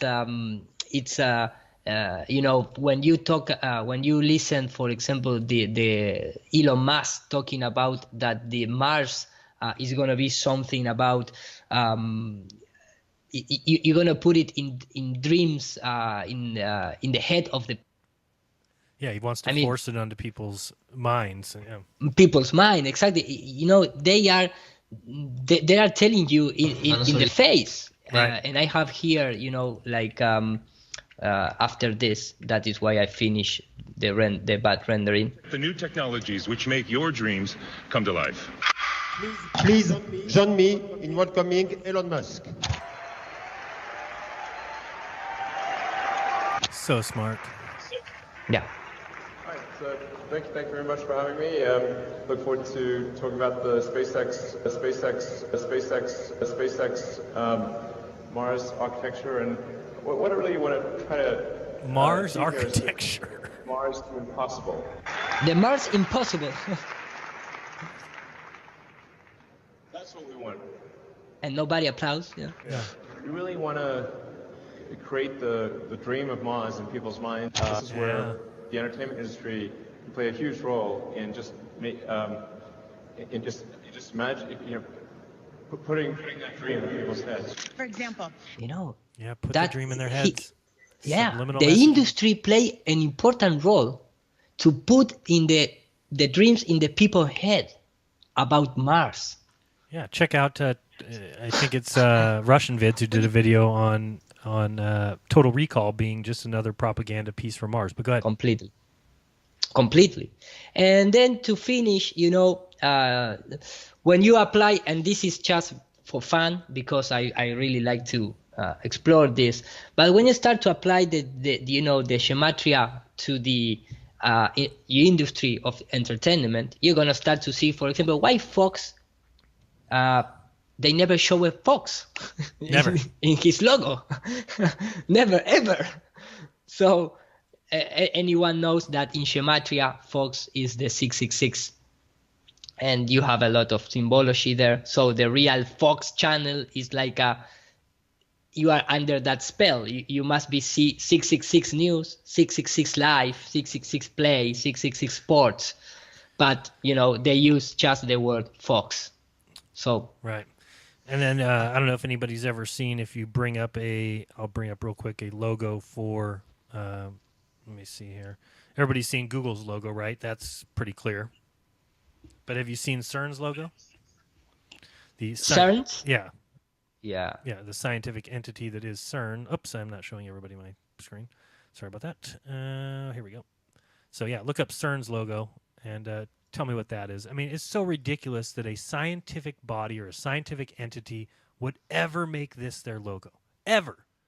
It'd be like, and the name, Cernunnos. Right. Which is, it's ridiculous. I mean, it's just Yeah. It's a joke, and people just accept it. They look right past it. They either think it's funny or I'm not sure what they think. But yeah, there's so many logos, and everyone's seen the Walt Disney, which clearly has the 666 in it.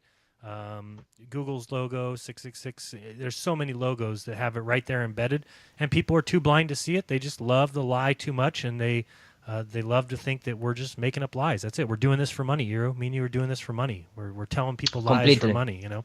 So if that's what they want to believe, then they can believe. But they love their movies. You know, they love their fairy tales. I'll actually give an example of this.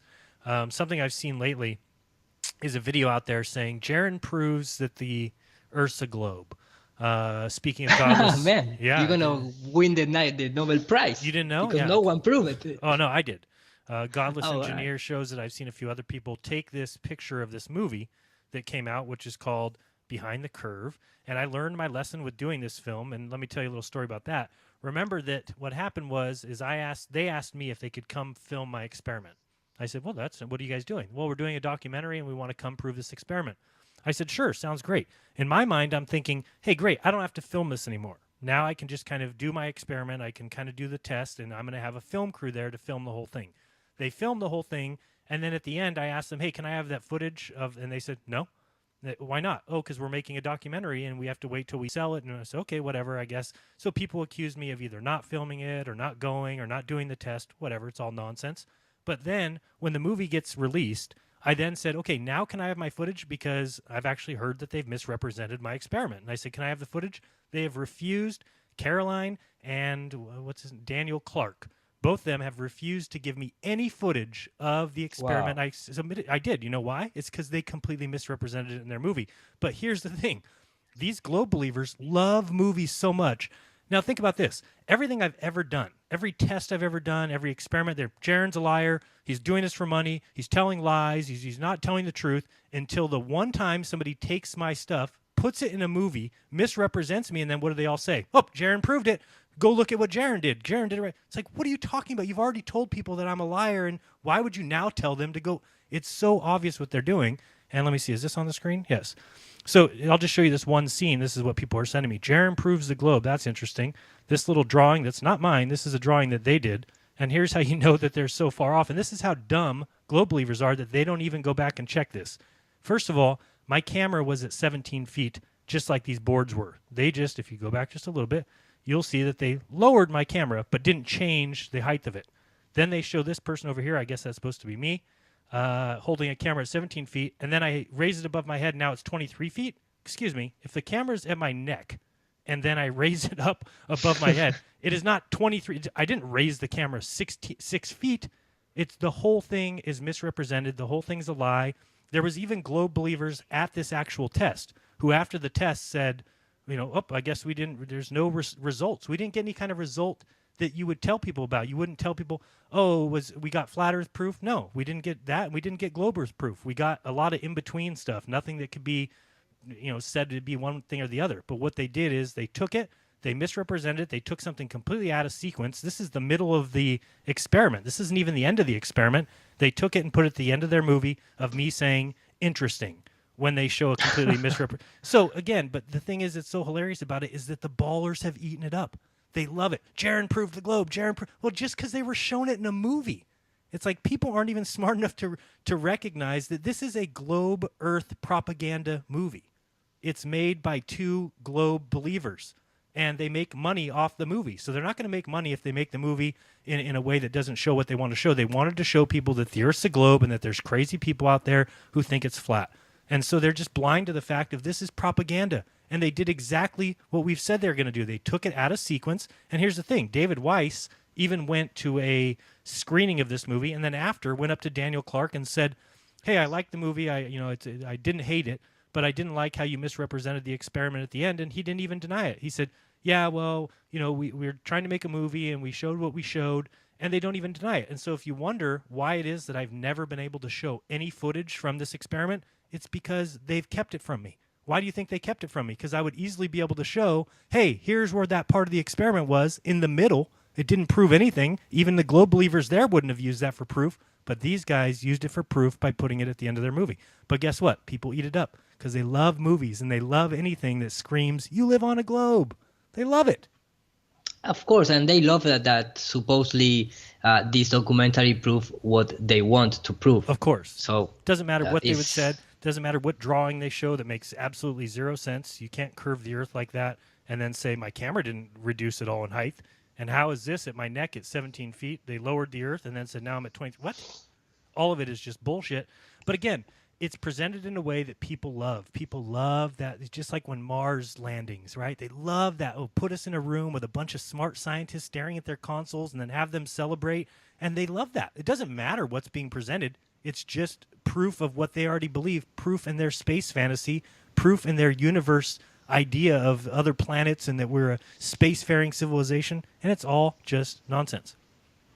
Completely. Yep. Go ahead. I know you have more left in your Gematrix. I butt in. Yeah, no, just 2 or 3 more slides, and you are presented now. You are. Okay. No, just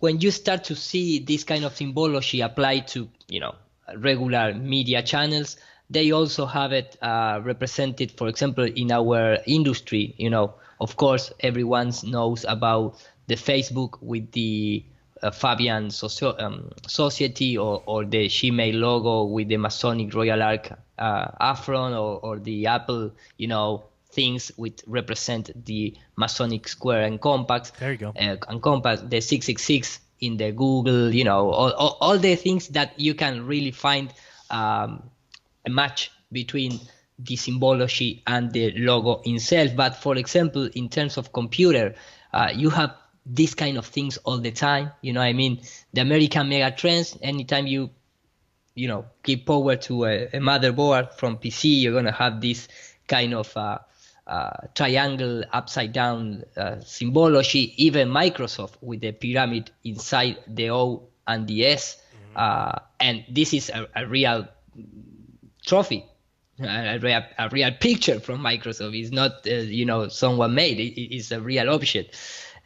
For example, in the software that we use from Adobe, for example, you can see this is the welcome screen of the After Effects 2017, and you can clearly see the lamb head with the horns and everything.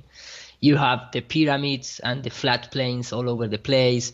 The old Intel logo, which was a pyramid. The Adobe or Autodesk or NVIDIA, the microsystem, the Sun microsystem, the Eon company, which is one of the most important software to replicate computer worlds, and NASA is a client of these softwares. For example, you have the 2019 Photoshop welcome screen, which is a man with a globe in the head. Come on. Or for example, if you want to try free Photoshop, this is a picture, like a sea on the flat surface with the water going, down. Or for example, you can see it here also from Adobe, showing this kind of concept with when you reach an edge and the water goes down. Or you have the welcome screen for After Effects 2018, which is, a pyramid with the circle inside, the square, the other circle around, of the welcome screen of Adobe Illustrator, which is, an astronaut. And the last year, the 2017, instead 18, you have like an astronaut, but like an alien inside of the helmet. And all the time they mock and they laughed of us, when they control of this software. So they use all this platform to print a message, and the message is the alien exists, they're gonna come, and the space is the final frontier, and the heliocentric model is real. And they use every corner of anything that they can to promote that message. And of course, if you're gonna have sit in the desk people that are, quote unquote nerds, because we use all this computer and code. So they want to, bind the concept of the nerds to the space and the aliens and all that kind of stuff. So, this is, we have been under this spell until this point in time, when you realize that there are all, occultist spell over us from the beginning of times, if you want to see it that way. No, absolutely. Yeah, no, from at least as far back as we can go in history and that we can actually verify. Absolutely.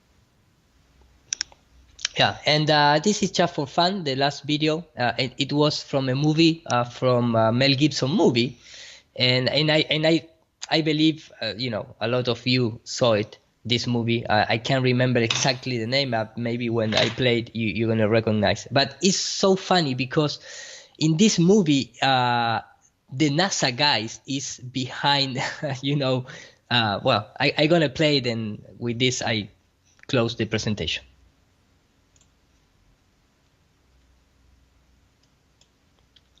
And I don't render with the audio, so I'm not going to play it. Okay. sorry. That is because I render it. I render it in the 5 minutes before the presentation. And I think I have it here. So, if you want to say something before I find the video. Yeah, sure. Find the video.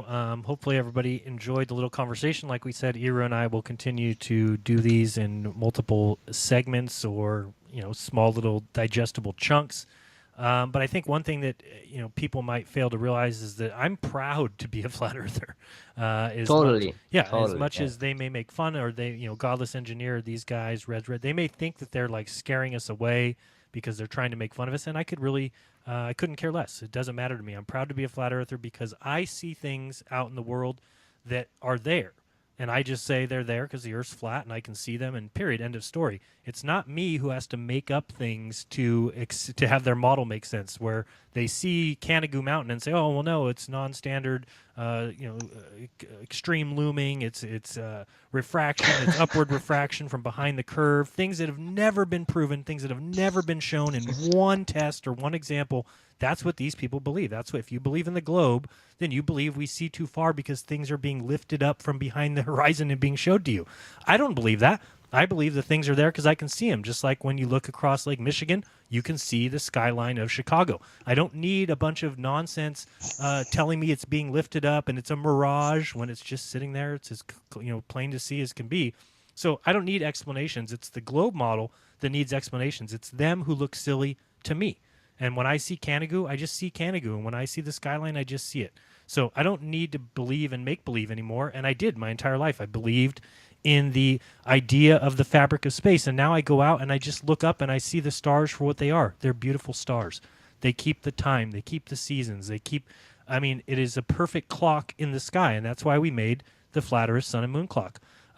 Is for exactly that reason, to show exactly what we're saying. Now, if people have problems with that because they think that the light in the sky has to be in the location that they see, I see the light in the sky setting south of west, and therefore it is south of west, then you don't understand looking through lenses. You don't understand looking through the atmosphere. Therefore, I don't need to carry on with that conversation anymore. But Iro, have you fixed it? Yeah, in fact, because I remember that when I see these techniques and these devices, there is a company called the Illuminati, but with the letter A in the front. It before, yeah. Yeah, which made this kind of screens. And of course, the propaganda is science panorama, and this is red rhetoric in front of it. And here, all the time they put this globe all the places, and the science and the image is related directly. The all-seeing eye. What does this company do with, it's complete indoctrination. They are creating a screen for presenting to you Mars, the globe, rotating sphere, planets, right. Mars landers. Oh, look at that, the curiosity in Mars. They're they own all the companies. So that is why it's so easy for them to do that. So this is just the movie. I'm going to play it. Okay. And they sent up a space shuttle yesterday. Motive? Motive? How about $50 billion? How's that for a motive? Oh, here, let me get that here.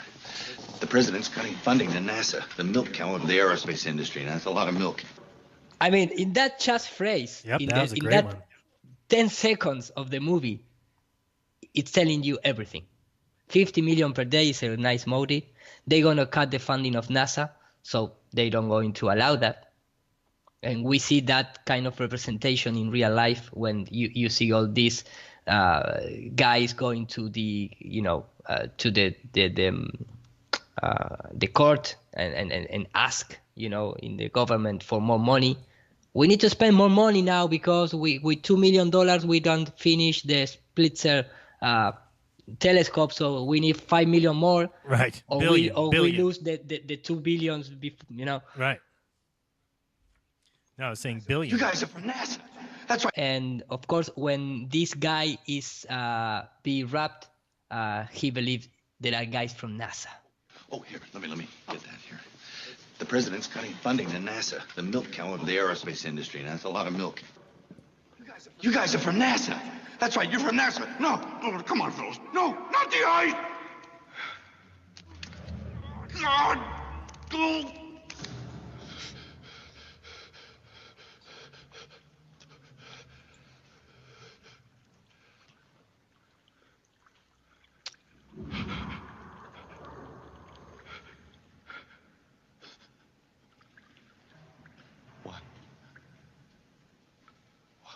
We've been looking for you a long time, Jerry. Sharon. It says Sharon. No. I know you. Okay. Very well. I finished. It's about 30 seconds more. Jerry, have you ever been in a place from which hope is gone? Where all that's left is patience?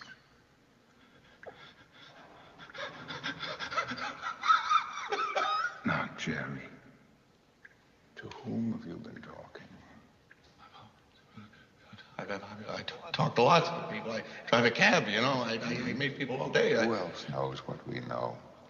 Every internet, the complete internet is known. Tell me what? What do we know? What do we know? If I know what we know, then I can tell you what we know, and if someone else knows, okay? I mean, it's just... You've got to be more specific.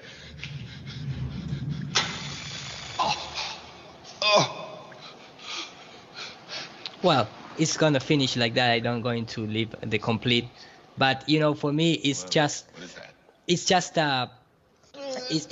like a depiction of it's just a depiction of how these machines work.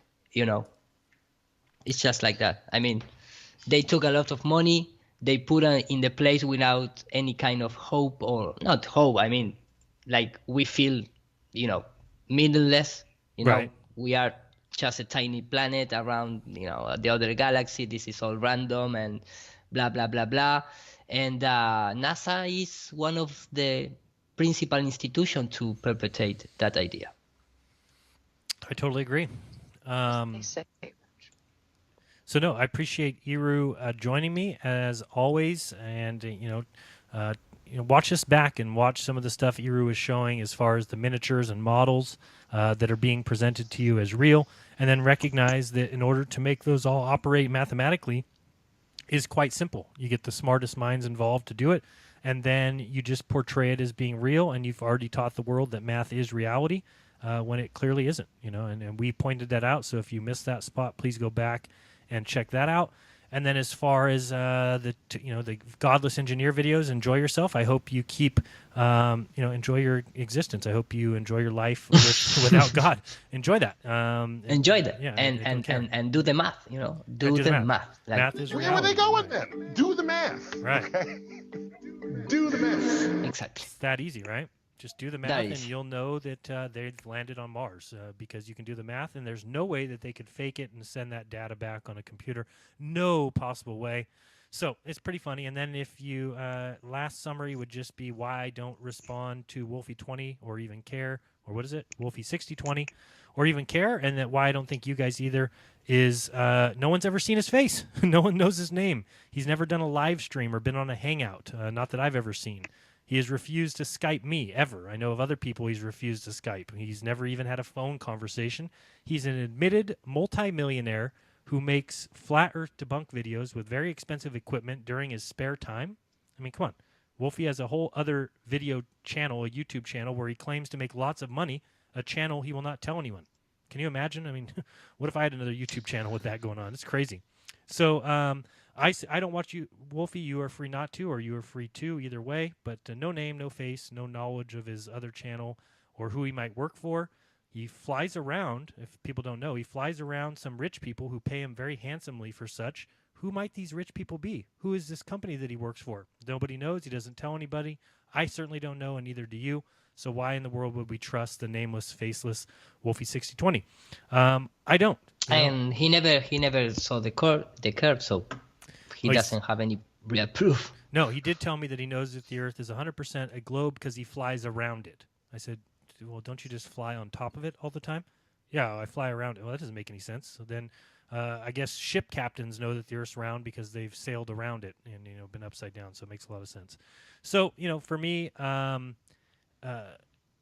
for Iru, for both of us, for those who don't realize that we're currently live as we speak. I've shown my face way too much. I'm sure you've seen it way too much. It's on the thumbnail of this video. I've been on Hangouts. I've spoke at conferences, North Carolina, Denver, Edmonton, and I've hosted a radio show for 2+ years and co-hosted Globebusters weekly for 2+ years under my real name and my real identity. So you don't have to agree with my point of view at all, but you at least have to agree with I am who I say I am, period. Wolfie is a nameless, faceless multimillionaire telling you what to believe. So, will Wolfie ever come on Globebusters or my channel live to discuss these questions? No possible way. Offer's open. So I hope you can start to see why I don't worry about him, and neither should you. And, am I hiding my name from him? No. Am I hiding my other channel from him or my affiliations or who I work for or hiding my face or hiding my observations? No. So anyway, that's all I wanted to say about that. Iru, any final words before we go? And are we going to do this again next Sunday? You want to do it again? Yeah, it will be perfect to fill up the gap until the Globebuster start again. So no, just the final word is like do your own research. This is not about beliefs. It's it's what you can prove. It's not what how much you know. It's what you can prove about your knowledge. Right. So nobody's gonna prove that the Earth is moving. Nobody's gonna prove that the mechanical fluids take the external part of the container and stick to that container. Nobody's going to prove that the curvature exists geometrically speaking. So they only have a mathematical model made for their own purpose. So for me, that is not enough to believe the heliocentric model. So when we do our own research, and that's what we're finding. We're finding there is no proof other than guys saying, well, it's mathematical. And why would they put a video camera on it? For your enjoyment? Well, no. But if it was there, then I wouldn't be here as a flat earther. And I also study social engineering because you can apply when you do marketing, and you clearly see that the government and the institutions, they are put there to control you. So if you don't want to break that chain, I don't care what you believe, man. I mean, you don't understand how the world operates. No, and it's just simple as that. More power to you. And if you want to keep making videos about us, go ahead. It just gets us more views, and that's all that we're looking for, is people to see what we're saying, to at least have the opportunity to decide whether they believe in a globe Earth for the reasons that it's backed by tons of evidence, or whether they believe in the globe Earth because they were taught it from such a young age.